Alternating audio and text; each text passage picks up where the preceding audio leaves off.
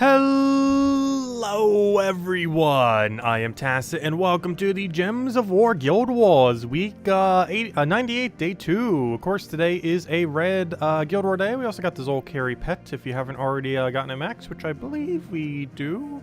Oh we don't, okay, interesting. I need to go grab those, good thing I checked. It's one of those pets in the category of I think I have it maxed but I actually don't. And that is why I always check, because sometimes they're not actually max, so definitely need to make sure to get more copies. That makes sense, so I think it was added like a year ago, year and a half. Any of the more recent pets like that, and that is considered recent pet, but any of the more recent pets like that, we tend to not have maxed. Anyways, though, if nothing else, Vault Event weekends, good time to get pets higher upgraded. If your guild's getting a pet battle every single hour, it's a lot of pets you could potentially find. Anyways, so, Red Guild War Day.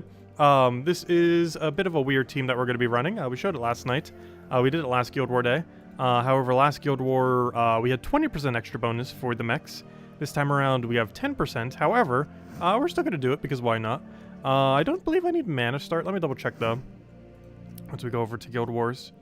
Because I don't believe mana start is needed because we have Empower half, half, half.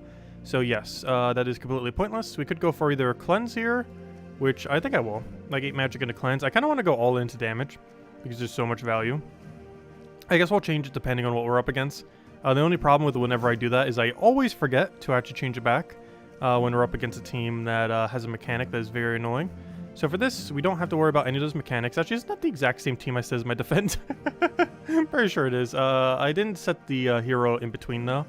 Just because I figured there wouldn't really be back hitters on a day like this. Well then again, people might be using Assassin, I guess. But, oh, no one even fought me when I used Assassin. That's sad. Yeah, we're using the same team on Defend, basically. Except we're using the book all the way in the back. Lost. Hopefully we can make him lose as well. Anyways, yeah, let's go with this. It is indeed Red Guild War Day. We got the correct color shirt this time. And, also I fixed the thumbnail from yesterday. I didn't even realize the thumbnail was wrong. I already had it made up, but apparently YouTube... I hate when YouTube does that. Like, I upload the video or the thumbnail thing, and sometimes it doesn't save it. And that's what happened last night. I fixed it before the stream started, though. Anyways, everything looks in order. We're all magic. We don't need to counter out any other mechanic. I think we're good to go. Double check one last time that it is indeed Red Day. We're actually winning right now, too. What's the score? Oh, we're actually not winning. It might look like we're winning, but we're actually slightly behind or tied. It's hard to tell. We're either slightly behind them or tied. Where are they on the leaderboard? They are below us. So we're probably closer to tied then, I would say.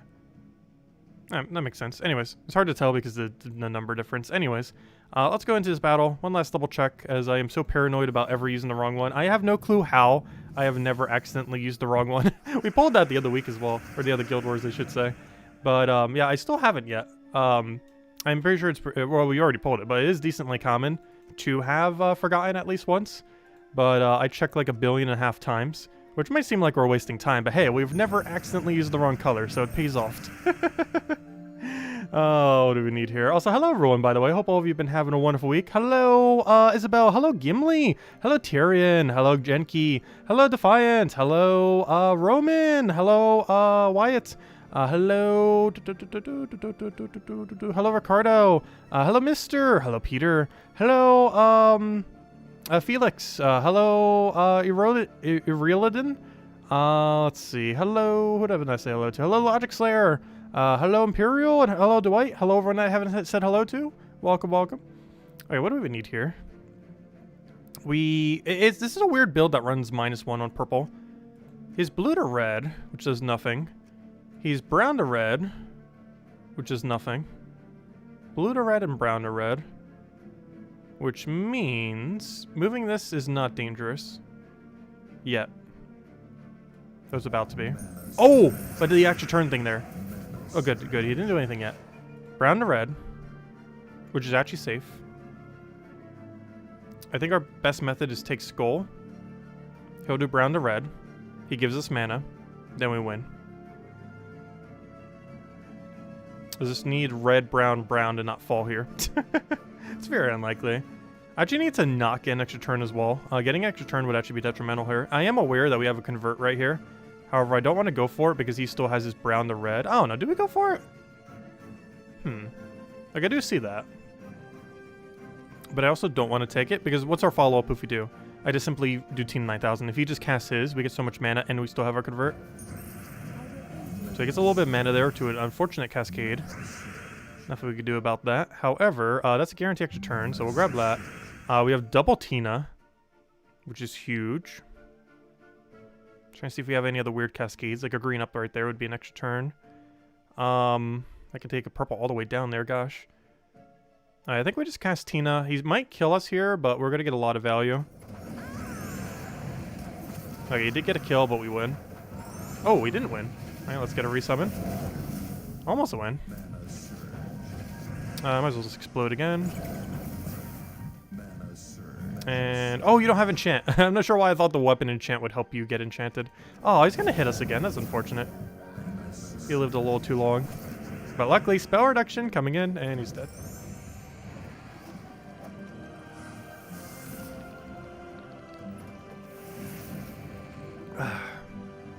Okay, so we're up against a similar team, except instead of Book, he's running Doomed Crossbow. Oh, the Doomed Crossbow's not max, though. It's only a +3. That's not bad. He's using Orb Weaver. No annoying stats effects. He has that Daemon thing and Cleanse. We're not really using stats effects on him, though. So yeah, I think we're fine. The only thing we really have to worry about is Siren's RNG and Brown to Red. Brown to Red's a little bit unfortunate because we do have a Brown Convert.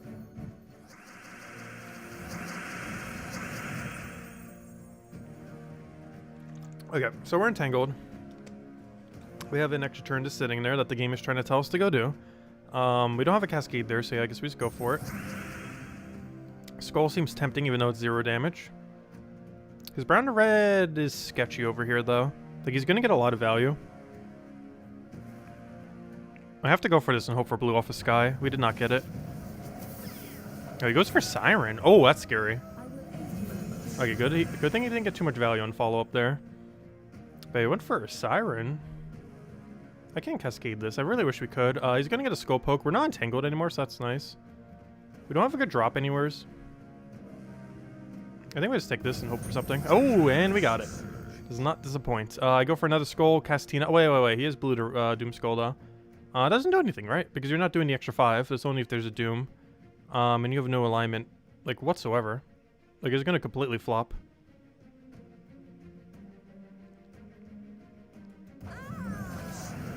Oh, no, not if he cascades like that. No! Cascade, how could you forsaken us? Wow, that cascade value. That insane amount of cascade value he just got there.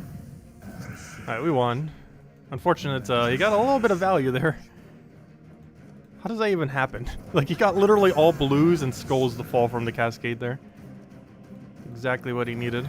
Oh, that's funny. That is a mechanic with Tina, as well as any troop that multi-hits. They actually fixed this, I want to say 2 years ago, but the multi-hit ability of any multi-hit actually retroactively retargets when there's a resummon. So if you kill something with a finishing blow but still have like a hit or two left, it'll retarget whatever's still alive. That used to not be a thing. However, it was fixed like 2-3-ish years ago. I can't remember at this point. But yeah, it does retroactively retarget, which is one thing that made Tina 9000 a lot better. And one of the reasons why I would consider it actually a pretty good mythic overall. It's one of those end turn mythics, but they kept buffing it indirectly in so many ways that it actually became pretty good. And that's one of the most noteworthy things, because out of everything that has a multi-hit ability that can do that, it's among one of the strongest, if not the strongest in the entire game. It's also still the strongest spell reduction troop. Even though there is higher spell reduction in the game, it's a 50% spell reduction with a huge armor gain, which makes it tankier against physical damage than most other compositions. So he doesn't have any annoying stats effects, so once again, we'll keep pure magic, which is nice. Hopefully none of them will, because that'll force me to have to use Cedric's instead of magic, and having high magic damage is much better. So we're gonna go for a convert here. Actually, might be able to get all the mana we need. So we'll take that. Oh, 1 mana short. Maybe I shouldn't have taken it that way. That's gonna be a little annoying, because now I kind of want to cast a different mana accumulator. He has a yellow to blue, which we definitely have to stop. A couple different ways we can do it. I kind of want to take it with a vertical brown. Oh no, but then he gets extra turn there. I think I have to take it downwards blue. Oh, but then he gets extra turn there. Oh. Ooh. Yeah. Wait, what's he even using that mana for? Oh, he's using it for Axe. Axe converts purple. Oh wait, he's using... Wait, what is this team? Hold up, why is he using Astral Mother? Yeah, we'll let him just cast Astral Mother. I see no downside in that happening. Oh, or not. Whoops, I just made him stronger. Oh no. Me killing that unit just made him better. Maybe that was his strategy all along. He knew I would want to go for the Tina 9000 and kill out the troop that somehow made him stronger by us killing it.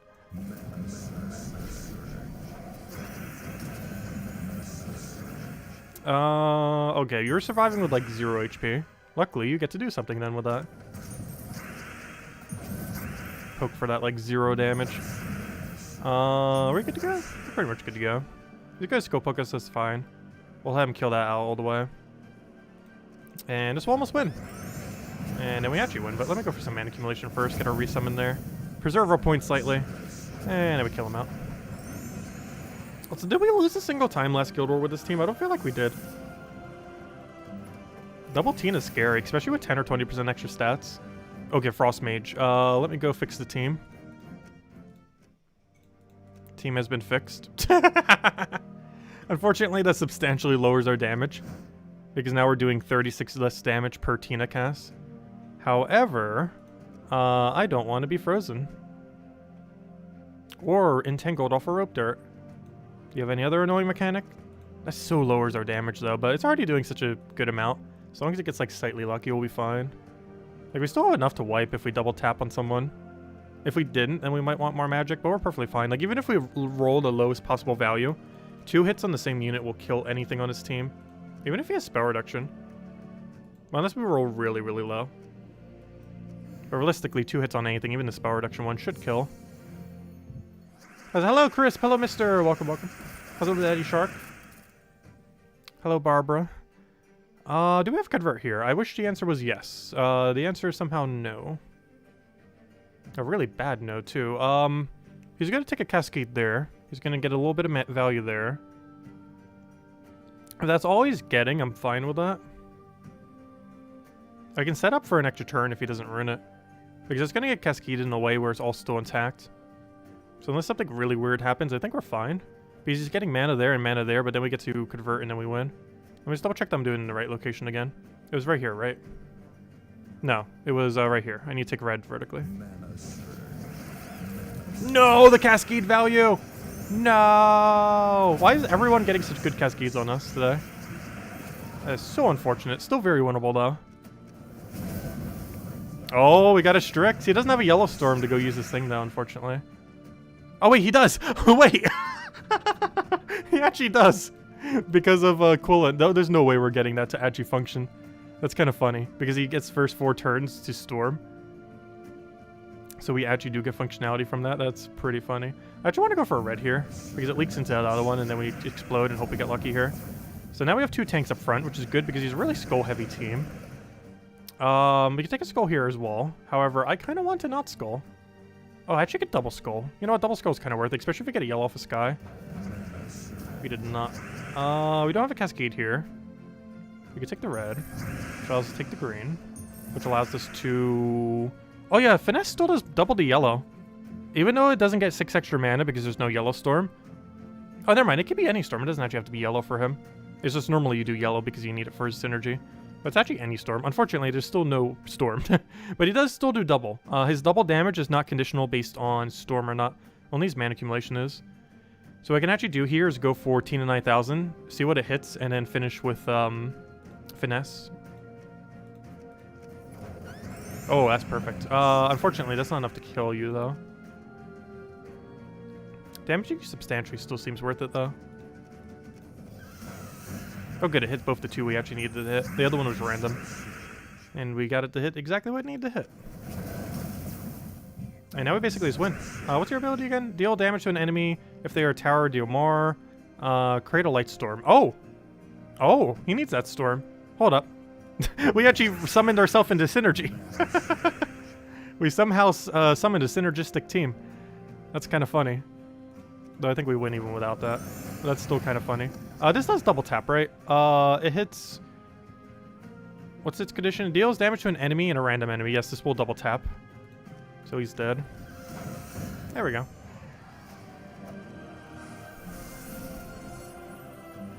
That was a weird battle. Hey, it worked out, though. Okay. Do we need cleanse? No. Wait, Thief doesn't have any stats effects, right? I don't believe it does. Oh, it's not even maxed. Let's see. Oh, gosh, he has this summon spam version. He has triple summon, I almost want to run stun, gosh. We could run an Obsidious if we really want to. But then he also has Tower. Tower's a bit of a weird one. What's his win condition? I guess Book? Yeah, duh. His win condition is Book. It is very obviously Book. Alright, let me go all in on Magic and just hope we can get lucky enough to wipe him. Because we're depending on random hits off of Tina 9000. On if it will or will not hit him. Yeah, Obsidious isn't worth it. If Leona's Tower wasn't there, I would maybe consider it. But Leona's Tower makes running stun not worth it. So what's his stun based on? Stun a random enemy when matching yellow. He doesn't really have a good way to match yellow, though. He's mostly matching red for Book. Alright, let's just roll with it. Also, hello, NASA! Welcome, welcome. Alright, did we get a good starting board? No, yes, actually. No, it's gonna give him a good starting board. Let me double check. Does he have blue to red? No. Does he have, brown to red? No. Should I refrain from casting this? Yes. Am I still gonna cast it? Yes. Let's see. I really shouldn't have done that. But I want to early Tina 9000. Because I feel like it's worth it. Okay, let's double check the board now. He still can't brown to red us. He still can't red to blue us. So this turn, we're perfectly safe. If he takes gold, that's also fine. So we're going to throw a Tina and hope we kill that. And we won. Good job, Tina. Okay, and it's over. And now he has what? Blue to red? Which does give him a little bit of mana, but he's feeding into literally nothing because it's dead. I do have minus purple on this build, which is a little bit weird. However, it still works out. Like, I'm about to take a purple because I need it. The reason why we have minus purple is for the +2/+2. For that weird banner that, for whatever reason, has higher value. But also because once we get enchant going on this weapon, you basically have infinite mana. Not literally infinite, but you know. In theory, infinite. I almost want to take a purple here just to get it rolling, like I just mentioned. Because once it gets rolling, we're pretty much good to go. It doesn't really matter if we give him some value here. There's not much he could do. Like, we already won this battle. That single Tina cast won this battle. Which actually surprising that the easiest battle was the final battle. Like, out of any of them we did, that was probably the absolute easiest one. Mostly because Tina hit perfectly. And rolled high enough to kill everything. Still losing a bit of value there. But oh well. You want to get this other Tina up. And actually, never mind. We already have enough to win. Unless we roll very badly. Which we almost did. He survived with one. If both of them would have survived just ever so barely, we wouldn't have won there. Oh, he still would have won, but, you know, not won in that cast. Yeah, overall, not the best score. It's definitely not a team meant to score high. It's a team that's meant to win. And it does return on that. Very solid 5-0. Actually, I don't think our rank 1 got 5-0 today. I'm not sure what they might have lost on. Maybe there's, like, a weird team in between. We did lose yesterday, unfortunately, though. Which it looks like a lot of 4-1s, 5-0s here. But there we go. And we're not scoring too bad. Like, if we compare it to D-Stretch here, we did better. But if you compare it to, like, Jeff, we did, like, a lot worse. We're both, like, a 500 increment. So we're kind of in the middle there of those battles. Like, the teams we've been using haven't been, like, super high scoring, but I've been playing them a little bit safer. We've also been messing with teams that are just really weird. Just to not run, like, the ultra meta every single time. Anyways, with that clear. Oh, gosh, we have nothing on adventure board. I did get lucky, though. I've gotten already 2 Imperials. I don't think I showed the other one. Actually, did I get 3? I can't remember. I just been getting so many Imperials lately off of daily offers. I don't always show this. But, yeah, we got another Imperial there, which is amazing, because it's one of the most important resources in the entire game right now. Anyways, let's go clear out this, go get the pet. A little spider pet.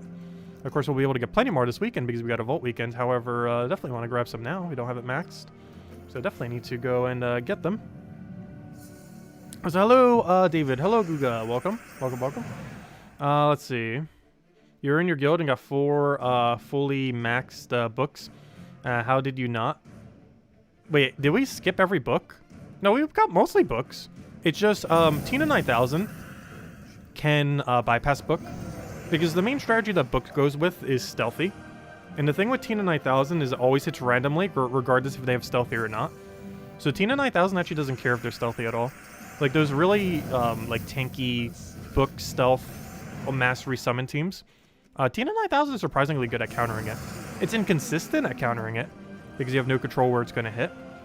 But, yeah, it can do a lot of devastation. Like, it normally only takes 2 Tina pokes. And if they have really low stats, you can actually kill it like we did in that final battle. you can kill their hero in one shot. Like, we one-shotted their hero in the final battle there with a Tina 9000. Of course, normally it takes 2 shots, but if they're running Thief instead of what's the other stealthy one? But there's a stealthy one that has 20% magic reduction. I think it's Frost Mage. Yeah, it's normally Frost Mage, I believe. Because doesn't Frost Mage have stealth? Because if they're running Thief, you can actually hard counter them pretty hard with Tina, and Thief's a lot more common because it's really good at mass resummon. But if they're running like a Frost Mage, that's normally scarier for Tina 9000. I think we saw it on one of our battles. Because it doesn't have stealth. It does not have stealth. Or maybe it doesn't have stealth. I wasn't really paying too much attention to stealth because Tina doesn't care if there's stealth or not. Never mind. But it's the other one. I could have sworn there's a 20% spell reduction troop that has Agile. Am I going crazy? I can't remember which one it was. Yeah, normally people run Thief. But Thief actually has pretty low durability. Like, the amount of stats that you get from it, well, this isn't normally too relevant. Oh, wait, never mind. It actually does get good life. Never mind. I could have sworn this was one of the bad life ones. But regardless, it doesn't get anything extra from any of its traits. Like, all it has for survivability is stealth. Because normally it's run with 7% insta-kill, a summon, stealth obviously, a summon, and then the other 2 don't really matter. Oh, and then Hunter's Mark. This one doesn't really matter though, whatever that's set to. And it doesn't really give anything to survive with other than stealthy. So if you have something that doesn't care if they're stealthy or not, it actually deals with Thief pretty well. Which is one thing that Tina 9000 does. A little bit luck-based for it to actually hit the hero. But it can one-shot with a high enough range, and 2-shot it in every situation. Anyways, let's go take out the pet. That's not the pet. Though I do need to go do World Event. Get those battles in. Oh, I still have a Writhing Staff here with Sun Spear. This build's perfectly fine for it. Assassin 2, what about Assassin? Yeah, Orb Weaver is concerning a lot of times. Assassin's normally not too big a deal. Or do you mean that offensively or defensively? But yeah, isn't Orb Weaver the one with spell reduction? I think that's the one I keep thinking of. I'm not sure why I was thinking Frost Mage. I'm pretty sure Orb Weaver is both stealthy and 20%, while also having a billion resummons. Yes, it definitely has stealthy. Wait, it doesn't have 20% though. Never mind.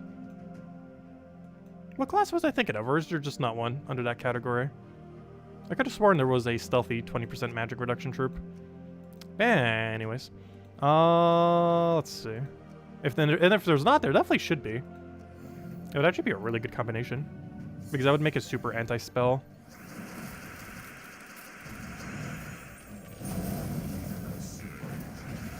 Let's see. We'll take that over. Oh, wait. Or does it have it off the trait? No, it couldn't. Because one of them's Mana Drain. Immune. The other one's a summon. Wait, is Orb Weaver's 3rd trait spell reduction? Did it actually get that good of traits? I thought it has, like, some useless, like, gives elf, like, life or something. Yeah, it's that life one. Yeah, it doesn't have spell reduction. It has Mana Shield, though. Wait, does Assassin actually have that combo? I don't think he does. No, he has the poison thing. Yeah, I don't think any class has it. Unless I'm forgetting of someone. Oh, maybe it was... No, Archmage just doesn't have stealthy, though. Because Archmage just has the reduction, but doesn't have the stealthy. Is that really something that doesn't exist? That's such a good combo. And now that I think about it, I don't think any class actually has that combo. Never mind. That's actually a weird one to not exist. Oh, so hello, Reds. Welcome. Because that would be the most anti-casting build you could possibly have. If you had both stealthy and 20% spell reduction. Can you review next week's Mythic? Sure, I can go over it real quick. And just finish out the pet. Grab our little spiders. Hopefully we'll get 6 copies. It's very unlikely, though it is technically possible that we get 6. Realistically, we're getting like 1 or 2, maybe 3 if we're lucky. So it is theoretically possible to get like 9 or 10. Or technically 10, though the chance of that happening is absurdly unlikely. I think the highest I ever got was 6 or 7. But there's nothing stopping your luck from getting 10. Hey, did I ever switch back to magic? I did. Okay, just making sure. Let's see. Because I was running Cleanse at some point during the Guild War. Which is generally... It's a weird thing that you only tend to run for PvP. Particularly Guild War PvP. But Cleanse is pretty much not used in any other location other than Guild Wars. And maybe occasionally in PvP. But normally for PvP, you just want to win quicker. You don't need the safety of having Cleanse. Like, you never really need it anywhere else, because most of the standard AI teams don't really run any kind of composition where you need cleanse. Whereas every single player-owned team, or maybe not every single one, but a lot of player-owned teams really require you to cleanse off like a Tangle, Freeze, stuff like that. Most notably Freeze. Freeze is so annoying. I still can't get over that Freeze was originally going to be released even stronger than it is. Because it's pretty much the strongest effect in the game, against most teams. There are some teams that don't really care as much if they're frozen, but the average team cares a lot if it's frozen or not.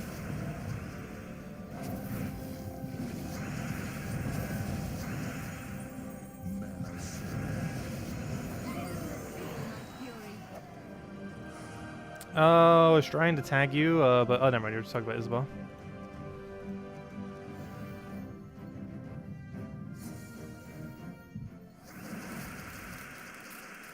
Are you setting up Jinki's Guild War? Nah, I mean, Discord, nice. I'll need to go join once it's all set up. I've been using Discord lately, though. Like, I tend to very rarely use Discord. Even though we do have one. How many did we get? Oh, only one copy. Yeah, that's disappointing. Oh, we still need 5 more. Luckily, Zol carry bonus isn't too important. Actually, that's not true. You use it for Orb Weaver plus... Actually, yeah, you would never have more than 2, though. Because if we're talking about an Orb Weaver team, we're talking normally like 2 troops. So you're not getting that much of a bonus. Also, if I'm not mistaken, we're actually getting the full bonus already. Never mind. Having a upgraded Spider actually means nothing. Because the most common team that you build Spider into is Life and Death Weaver. As in, you know, Orb Weaver with Life and Death with Weaver. And this is only 2 Zol carry troops. One interesting thing about how it rounds, this is one of the rare instances in the game where values round upwards. So what ends up happening here is the 2 attack. Like, what we're getting is a 2.75 multiplier onto 1 is what's happening with this pet. However, that 2.75 multiplier actually rounds upwards. So it's giving us 3 attack and 3 magic. If I was to upgrade this pet to max, it would still be 3 attack and 3 magic. Because it already gave us the value from rounding upwards. So we technically don't need that pet maxed. We're already getting the max bonus for the most common team we'd be using it in. Which is Life and Death Weaver. In any composition of such. But yeah, never mind. That pet being maxed actually means very little. Still want to get it maxed though. Because very rarely would use 3 or 4 Zol carry troops. Pretty much never 4. Unless you're forced to for a mode like on Thursday or something. Anyways, so let's go... What do we have not done? Let's go mess with the world event, I guess. Still got a little bit we need to go chip onto that. And unfortunately, all we have left are giant spiders. That's a lot of big spiders. A lot of spiders today, apparently. Anyways, we're still using this team. This weird team. It uses that new Taurus troop. You can easily alternative it for a different damage source if you really want to. I just happen to be running it because, yeah, there's not too many options. There's not that many options. But it is still a decent option nonetheless. Anyways. It's really annoying that we can't use Skull Spam here. I really want to use a Black Beast team. And I did end up showing one for the video this week. However, you do have to keep in mind you do not get extra skull damage from it. But, I don't know. I still almost want to change into it. Like, it will eventually fall off. But it's just such a funny team. Like, Black Beast is probably one of the funnest troops to use in the game, among one of them. But he's, like, one that, like, almost never gets usage just because, Iron Gut's normally better. Like, Iron Gut has substantially reduced any amount that you would end up using Black Beast. Because in most situations, Black Beast is a worse Iron Gut. It's basically an Iron Gut that devours your own team instead of the enemy team. It's not exactly the case because it also has a few other mechanics, but it basically burns down to that as far as what he effectively does. He's basically an Iron Gut that devours your team instead of the enemy. Which, for the obvious reason, is not as good. Though it's still decent. Because you can just resummon spam. So it's not as bad as it sounds, especially since it does it for like half the mana and still does skulls and all that. So there's still value in him. I was not sure what I did on yellow, but it actually worked out. I guess it didn't really matter too much what we did on. Oh, sorry, I didn't see your commentary. I saw all the other conversation, but I didn't see yours. Wait, I don't even see your comment at all. Oh, there it is. You'll be down to 4,000 vault keys tomorrow. Oh gosh, are you farming this weekend? How much are you planning to farm this weekend? I'm still not sure yet either. I'm almost been considering doing another midday stream. I've been slightly considering it.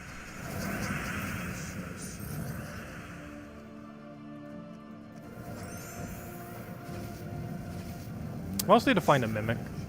Like, I'd probably just be doing Explore 12 the whole time, but it's during a vault event, so, you know, we'd be getting vault value as well. Because I still want to hunt down that mimic, ideally before next patch.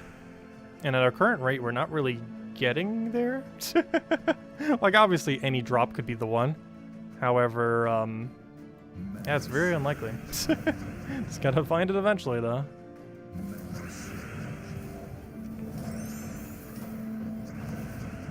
You're still aiming for 500 plus keys. That's considered a low weekend? Gosh. I feel like my average is around 300-ish. Though I have had 1,000 weekends before and stuff like that. A couple times. But I'm pretty sure my average, I normally aim for several hundred.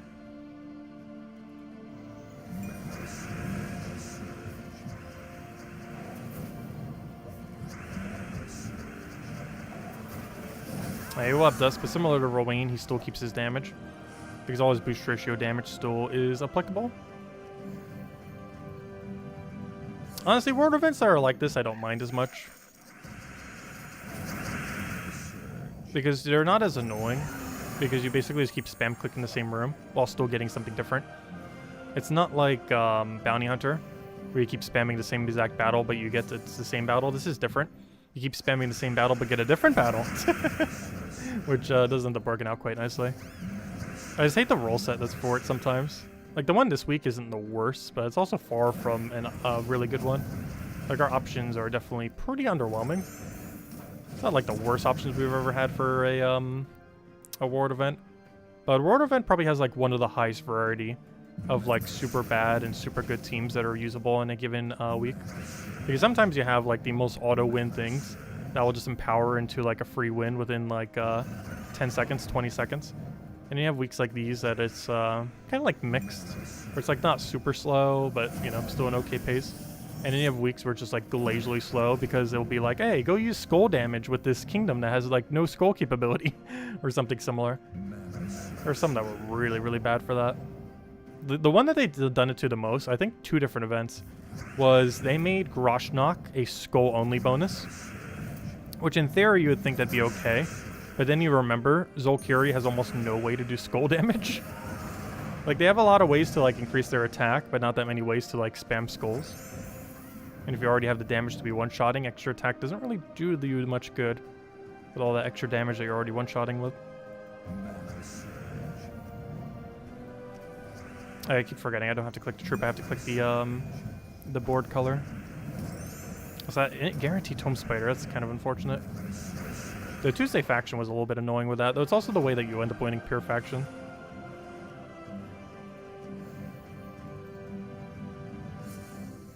How many hours is 500 vault keys? I would say it depends what you're doing as your method. But it's around, I want to say, 15 to 20 hours to get 500 vault keys. Though that time estimate is based on doing Nomapalooza spam. Like, you know, farming versus and then going straight into Nomapalooza.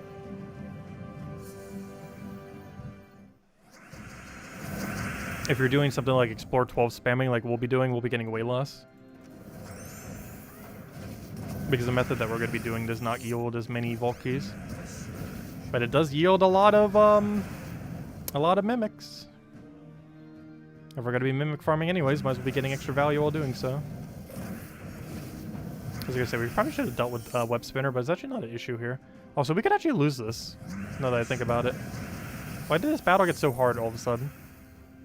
Like, those other ones were, like, dying in one shot, and now I almost need this team to be in a different composition just for it to even remotely touch them. Gosh, this mythic is so bad, by the way. That wasn't already evident. Gosh, this thing is bad. Like, using it in this context just reminded me how horrific this thing is.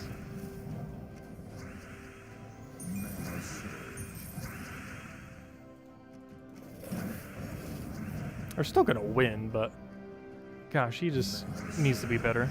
How they made him so weak, I do not understand.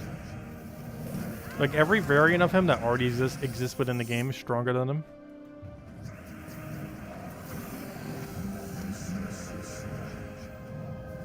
He's one of the only options we have right now. And then we end it with a Tome Spider. Let's make it a Valraven here. But Web doesn't do much. Web is lowering his damage by 36, 37. That's not that much damage. Like, that is a bit of a chunk of his damage. But similar to Rowan, he's not actually losing much from it. Though then again, his damage is already so low. I guess that is technically about half his damage, isn't it?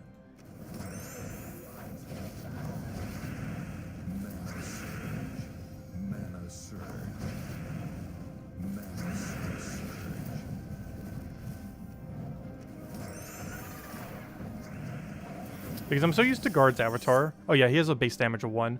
So when he's webbed, he's losing like what? What did I just say? Like 40 something, 50 something?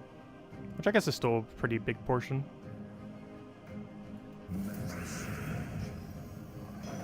Because something like Guard's avatar, when Guard's avatar gets webbed, he loses like nearly 0 damage. Because he has very low magic, but gets like so much damage from his armor boost ratio. Rowan's the same way. Rowan probably even more so. Because Rowan gets webbed and you don't even notice. Because in something like Guard's avatar, I think it makes like 10% of his damage or something, or 20%. For Rowan, I think it normally makes up less than 10% of her total damage if she's webbed. This thing seems to make up about 50%. Or somewhere's around there.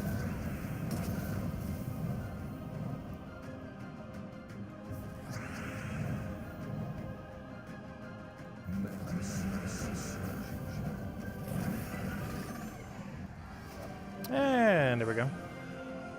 Alright, that is all the things. I thought that was the leaderboard for a second. It was like, wait, we have 2 people in our guild at the top? Because it's all Isabel and El Loco, and it's like, oh wait, never mind, it's our guild leaderboard. Not the leaderboard. Does that actually make the leaderboard though? I'm sure I think that would. Oh, that's so close! Oh, that's unfortunate. Wait, is that like 15 points off? Oh wait, is that multi-way tied? It's 2785. Oh yeah, Isabel's actually in 100th place. That's a multi-way tie in 100th place currently. I guess it's because of the RNG, because there's some kind of variant factor during this one. Like every single, you still want to do rarity order and not take Orb Weaver, but there's like a 1.18 times variable. So sometimes you'll get slightly more, sometimes you'll get slightly less. So technically almost everything at the side of the leaderboard is in like a multi-way tie, but RNG decides exactly how the tie is. Interesting. Also, if one more person makes it higher end of the leaderboard, everyone who's tied at that 2785 will get pushed off, which is unfortunate. But anyways, oh yeah, I didn't get more codes. Let me double check. I did check like before we started the stream, but who knows? Maybe she magically checked her thing like as we started the stream. So let me check real quick. Let me check because I still don't have codes. We kind of used them all this weekend for the 6-year anniversary of the channel. And now, because she hasn't gotten back in contact with me, I still have none. Okay, let's go close out this. Oops, I almost just close out my streaming software. That would have been a fail. I don't think I've done that yet. Keyword on the yet. Anyways. Where were we? Okay, so we did that, we did that, we did that. We can go farm then. Because I believe we have every objective complete. Adventure board was horrible today. We did that. We got the pet. Got a world event. Of course, we got Vault event this weekend. Anyways, yeah, let's go farm some. Let me go change this 20%. Let's go farm ourselves some mimics. See if we can actually get 1 or 2 tonight. Hopefully at least 1. Obviously, that's not guaranteed, but I gotta give it a shot. And hope it works out.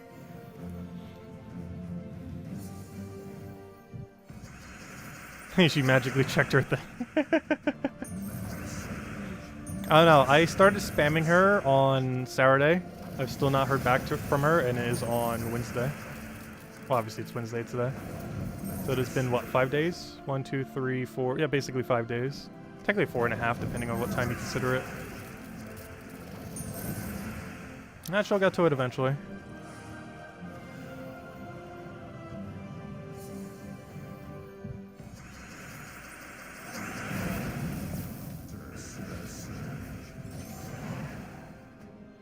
Yeah, getting Guild War wins to have the extra XP boost is pretty big.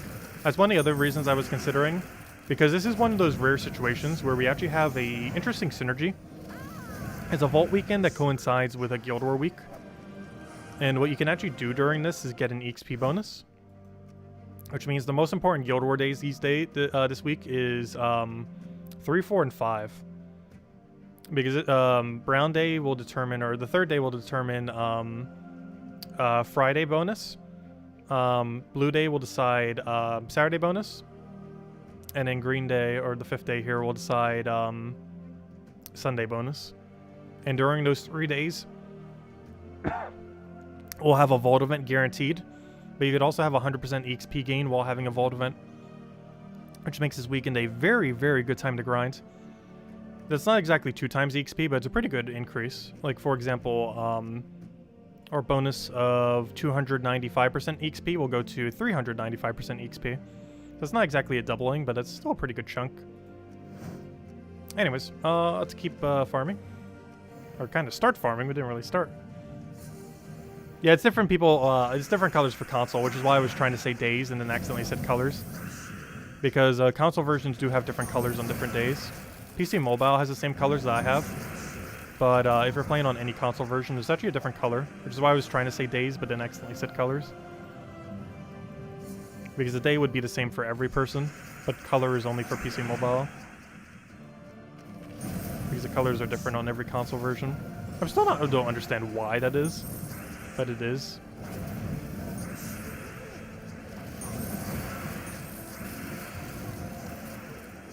Like, maybe sometimes they'll occasionally overlap, but it's like completely random what it gets generated as.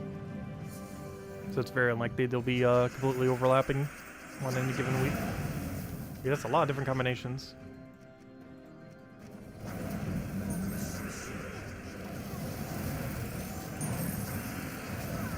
Yeah, I wonder if anyone on console has accidentally done that. Because I don't clarify that every single stream, though I do occasionally. But I wonder if anyone on console like sees our stream, sees today is like red day, and then they build a red team and then realize, oh wait, today's not red day. I wonder if anyone has done that. I'm pretty sure someone has. Whoops. Because only PC Mobile shares the same color as us. Like, I'm pretty sure no other console version has red day today, but PC Mobile does. Which makes up most of the player base, but not all the player base.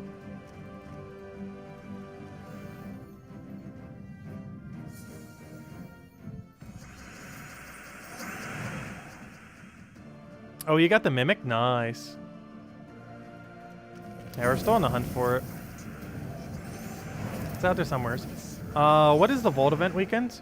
You remember the last one and you were already playing, but still doing the campaign? Oh, so Vault events come around about once every 6 weeks or so. Though lately they've been doing it a little bit more often. But generally they come in about once every 6 weeks for a weekend, though they've also been doing some other times. Anyways, they come in ever so occasionally. When they're active, normally it's from Friday, Saturday, Sunday, like this weekend. And basically during the duration, there's a higher chance of finding gnomes, as well as finding vault keys from those gnomes. So the best way to grind them is normally to spam low-level Explore over and over again, or any level Explore. The main reason for low-level Explore is the only thing that it cares about is how quickly you cycle through battles. So you generally want to go cycle through as many battles as you possibly can as quickly as possible. Doing some version of a Ruin build that can quick kill at low-level range tends to be pretty good. Though there's also a team way later in the game that uses double double Ironhawk that can win within pretty much casting instantly, which is very quick for farming them. But yeah, I'll probably be doing a mix of different farming methods for the weekends. Because I do primarily want to do Explore 12. However, if we have an XP bonus on a given day, I might actually just spam low-level Explore and play it more normally. Maybe even throw some Nomapaloozas in there. Like, it'll drastically lower the chance we get that new Mimic troop, but I don't know, we're going to get so much value during it, though. Who knows, maybe we can go hit level 1,725 or 1,730. Actually, if we power grind it for long enough, I'm pretty sure we could hit 1,740. That's definitely not going to happen, because the amount of time we'd have to grind is so high for that, even with the 100% extra XP. Because I think at this point, if I like power grinded at the most efficient method, I think it's like 4 hours per level, I want to say. Somewhere's around there.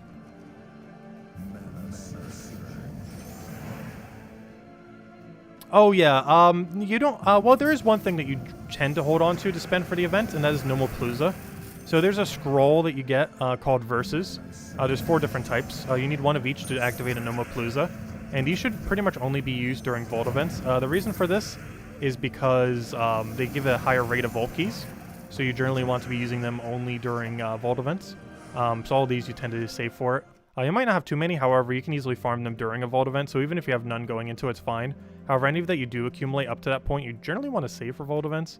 But yeah, these things right here. We currently have 56 sets, but you generally want to save all these for whenever there's a Vault event, as their value during a Vault event is substantially higher than when it's not a Vault event. Use it specifically under games, under SoulForge, underneath the other category called Nomapalooza. But yeah, we'll be running some of that this weekend. You used your Nomapalooza last night, you didn't know that. Yeah, you generally only want to save them for Vault events.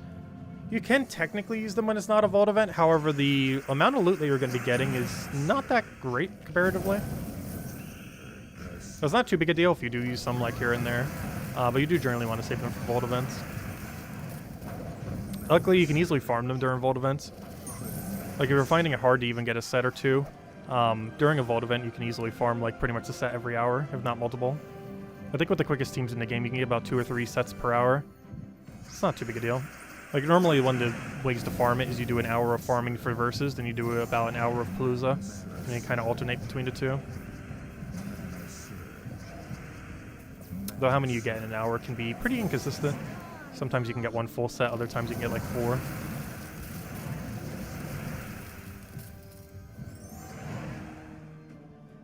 But they're way more common during a Vault event.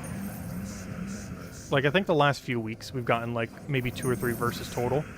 In, like, 1 hour of a Vault event, we're gonna have, like, 3 times that many, if not more. So you get them pretty quick.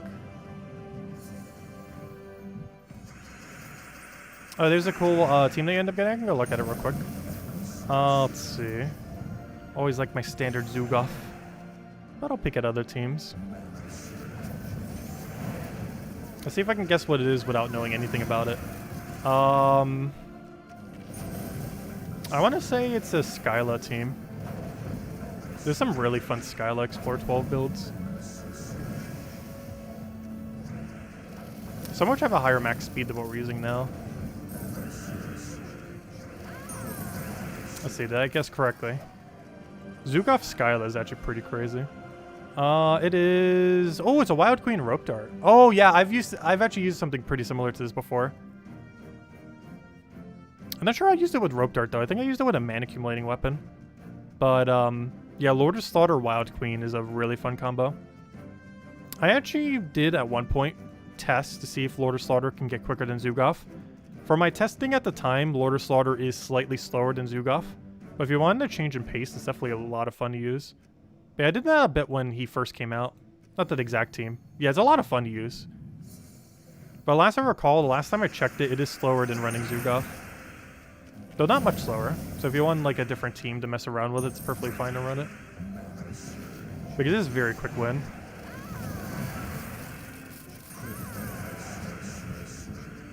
I think the biggest issue with it normally is getting mana.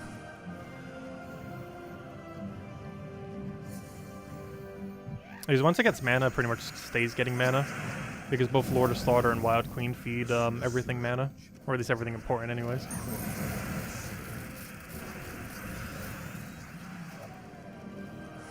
Hey, we got a gem key. Hey, we're still seeing gnomes.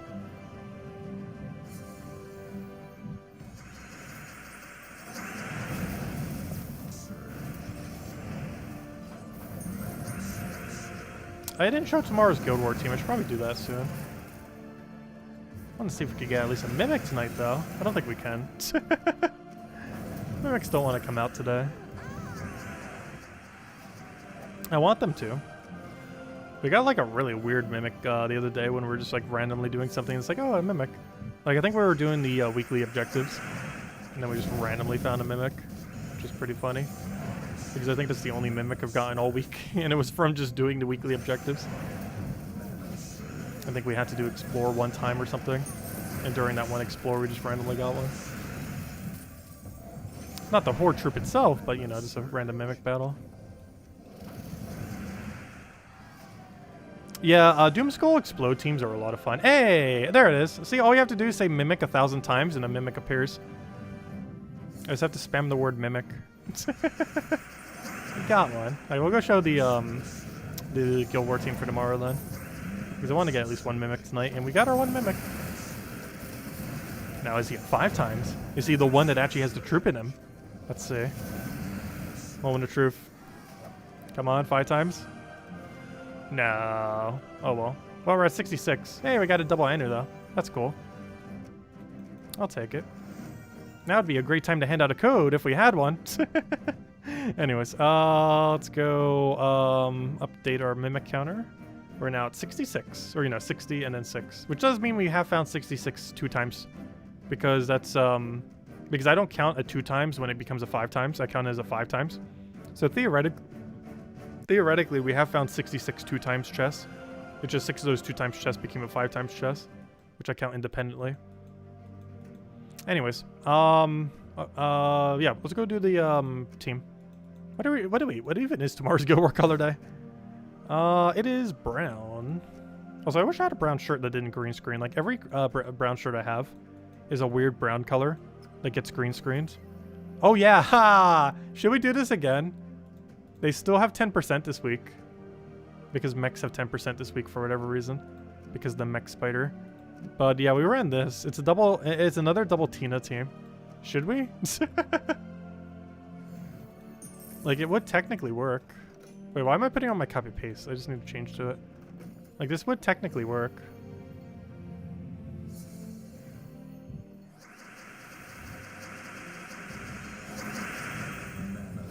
Like, all we have to do is throw this down. Hope he doesn't infinite loop us. And we're good to go. I really wish he had full mana right now.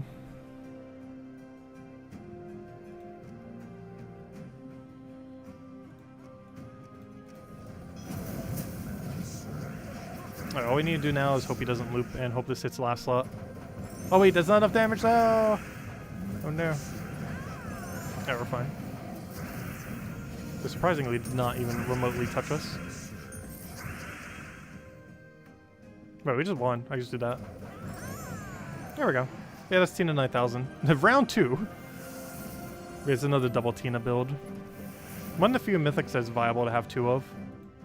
There aren't too many mythics these days under that category. Tina 9000 is one of them. It's not super high priority to get double Tina, but it's a really fun troop. Honestly, out of every troop in the entire game that ends its turn without having any follow-up, it's probably one of my favorite in the entire game, because most non-follow-up troops absolutely hate. But there is a mechanic to auto-ending your turn, and that main mechanic is you can deliberately leave the board bad for the enemy. So if you know the board is currently in a bad state, you can then just pass your turn and do it that way. Which is one okay benefit about ending your turn. Normally you'd want things to not end their turn. But it's one of the few benefits that you do when it does happen. Also, Team 9000, when it double taps on an enemy, is so devastating. The amount of value it gets is really high. Ooh, web is a concern. We definitely need to make sure, if we're up against a Weaver team tomorrow, to run Cleanse Metal. Because Tina does not have any boost ratio. It does for skulls, but it doesn't for its casts. So when we're webbed, we do basically 0 damage on casts, which is concerning because that's how we're going to be doing most of our damage in a battle. Like right here, we do a lot of damage off our skull, though not when we're stunned as well. Oh gosh, disabling everything we need. Alright, luckily this one is not webbed, and he's dead. Webbed to dead. That should be fine. We just need to make sure we run Cleanse Metals in a relevant team. Or, you know, when we're up against something. Oh gosh, Balder. Balder, I'm actually surprised does not get used more. He creates 4 skulls boosted by blue allies. This is really good on a pure blue team. I still feel like it's very situational, but it's actually really good. I don't feel like most people use it though. Probably because it's so situational. In a lot of the situations, you wouldn't actually even see the person using it, so maybe that's why as well. Because you'd pretty much only use it for like, what, blue offensive day, for the most part, in a really skull-oriented team. The other issue is that you have to use it in a skull-oriented team, because he's all in committing to skulls. He doesn't really do anything else other than create a billion skulls. Oh, let's see who wins, Double Tina or Double Tina? But what on earth is his build? White Basilisk. Stun to random enemy when matching brown. Deal true damage to an enemy. If the enemy is poisoned, deal double damage. Then deal some true damage again if they are stunned. Wait, too many words. Deal 45 true damage to an enemy. If the enemy is poisoned, deal double. Okay, so... I see. So it deals 2 instances of true damage. One gets doubled if they're poisoned, one gets doubled if they're stunned. That is a lot of words to say that. That is a very high amount of words to say it does true damage twice to an enemy, does double once if it does poison, does double again if it for the other shot if it is stunned. It says that in so many more words, gosh. But I understand now. That does make sense. Though why no mana accumulator? That's so weird to have no mana accumulator like that. Like I can understand like not having double in power or something like that, but no mana accumulator at all. Like literally none. That's a bit weird. Oh gosh, Tina 9000 is so tanky. Even to Tina 9000. Because it does still have that 50% spell reduction even on herself. Or, you know, when we're facing it.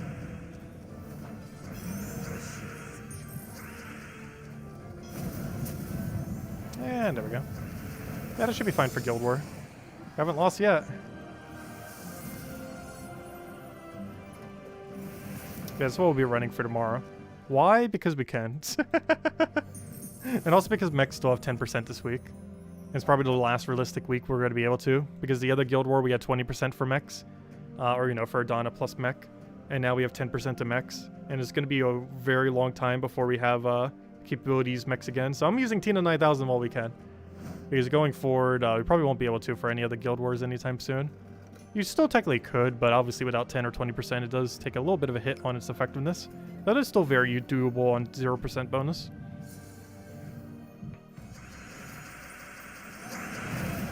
Still very doable.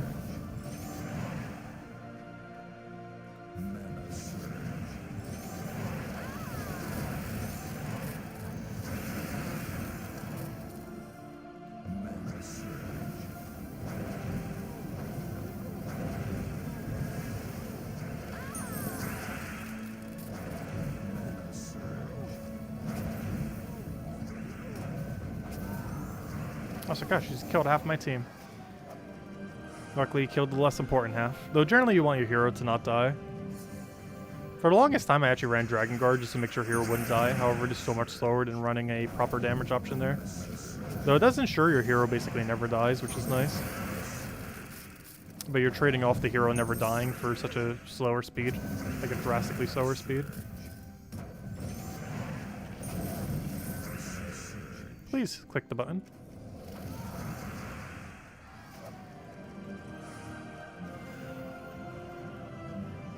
You got 3 Rakdoon Weavers, nice. 2 Lord of Slaughters. I don't even think I have double Lord of Slaughter to try a team like that. Double Lord of Slaughter would actually be kind of funny.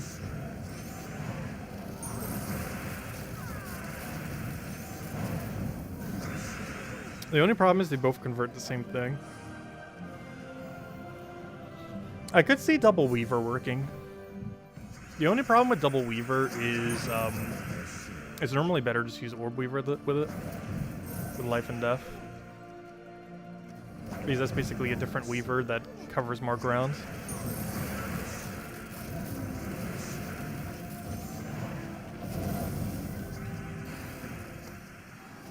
One funny thing about Double Weaver though is while it's not guaranteed, it would have an absurdly high chance of summoning a web spinner when the death occurs. And could potentially even summon 2 web spinners if there's 2 holes in the team. Which that would be such a devastating turn. Imagine fighting like something Weaver, and then you kill the first 2 troops, then they kill one of yours, then they resummon double web spinner. That'd be really funny. That would be such an awful feeling moment. Imagine losing Guild War to that. Oh, then again, you never could because no one's gonna set double Weaver on Defender. I forgot because you get penalized on points. That'd still be funny though. You get them down to double Weaver, then they double summon, and then it's double web spinner, double Weaver. And then it's like you're starting the battle all over again.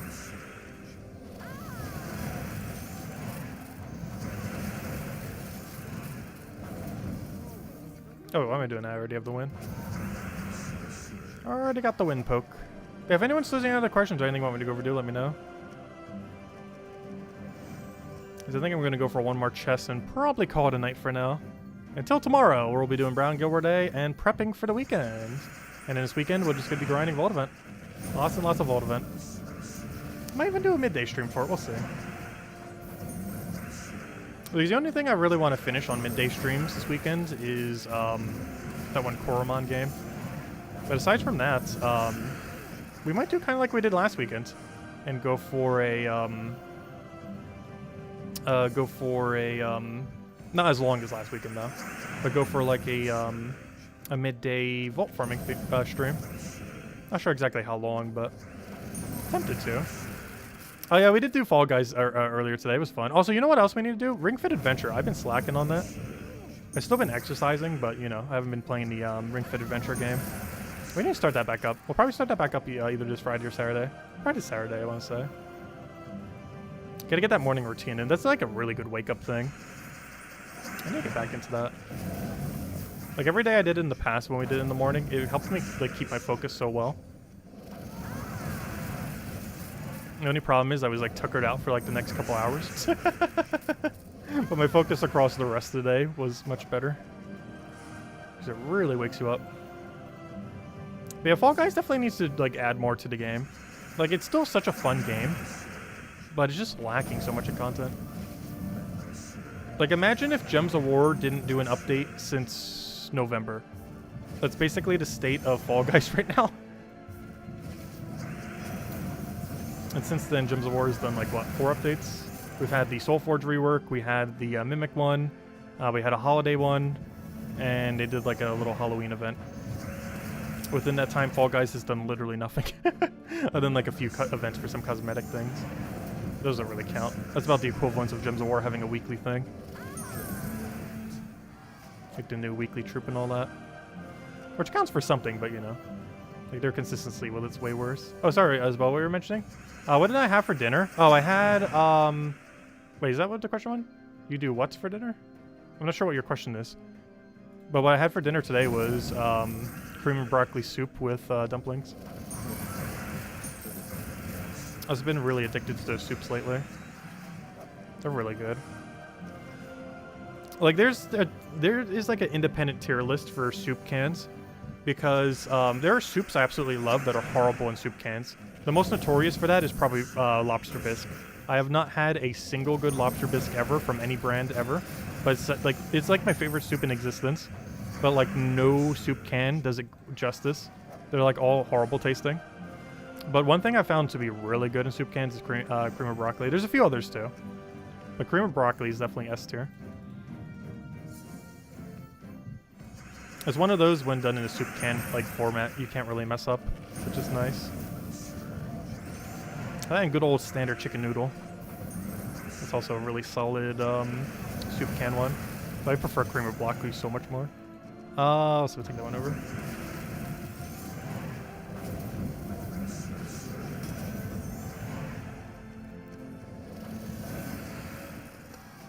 Yeah, I'm pretty sure there's just a brand I haven't actually had yet that it might be actually really good in.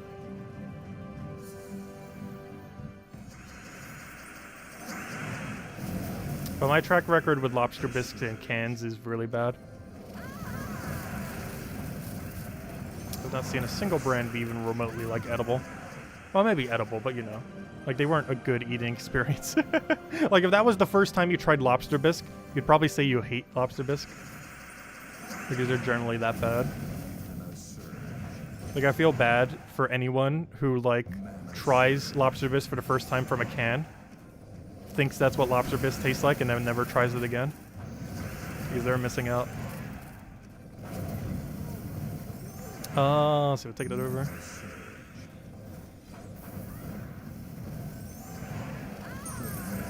No soup for you.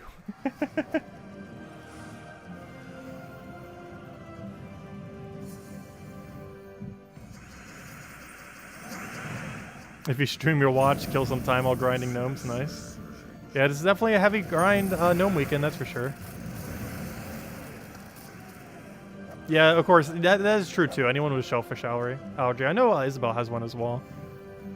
Honestly, I don't know how I would live if I had both a peanut allergy and a shellfish allergy. Because a lot of the protein that I get to offset the fact I can't have anything peanut related is from fish.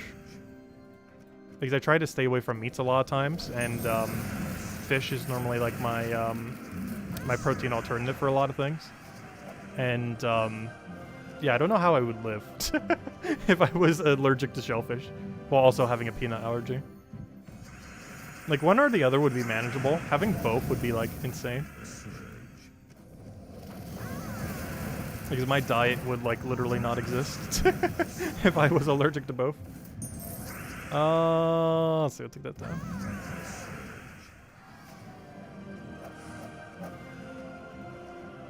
Oh, I was gonna say we didn't get anything good for our final chest. No, we got a Nisha. I still find it amazing. I still find it disappointing sometimes when we get a Nisha. Not because the Nisha's bad. Nisha's still just as good as it's always been. But it's like, oh, this could have been a 2x chest or a 5x chest, and it wasn't. I don't know. I always find that weird because the average 2x chest is worse than a single Nisha. Sometimes even a 5x chest is worse than a single Nisha. Yet, I don't know. They feel like so much more exciting. But I don't know. Nisha, you can't beat a Nisha still. It's still such a good drop. Anyways, I think we'll end it there for now. Oh, oh! Hold up, is this becoming a medal? Or is this a badge? Might just be a badge. Oh no, that was! Ooh, he's got a shiny Nisha medal. Wait, how many do we have now? I have 13. Wait, isn't that enough to upgrade 2 mythics? It is, because we have 3 spare. They need 5 and 5. We have exactly enough. Oh, as of right now, we have enough Nishas to max 2 troops. I was actually contemplating the other day upgrading Weaver. My only concern is what if they nerf Weaver? But I was really considering the other day to throw a buff on Arachnian Weaver. Arachnian Weaver, from being fully upgraded, gains 3 magic, 4 HP, and... yeah, 3 magic, 7 HP, 3 armor, and 1 attack. The most noteworthy thing here being very obviously the 3 magic, which is a total of 6 additional damage. The main reason this is so useful, of course, is it is very important that Arachnian Weaver secures a kill, and this 3 magic makes it more likely that it will secure a kill. Especially if it's like double casting or, you know, in any situation. That's a 3 higher range that it has a kill range for. And I'm very tempted to upgrade it. I won't be yet, but it is very high on the should I upgrade it list on me considering it. But I don't know, we might upgrade our 2nd mythic soon. And if it is, I am very highly considering Arachnian Weaver. My only big concern is I feel like Arachnian Weaver's getting nerfed this year at some point. When, who knows? Because they like have so sporadic with how they do updates, like particularly balance updates.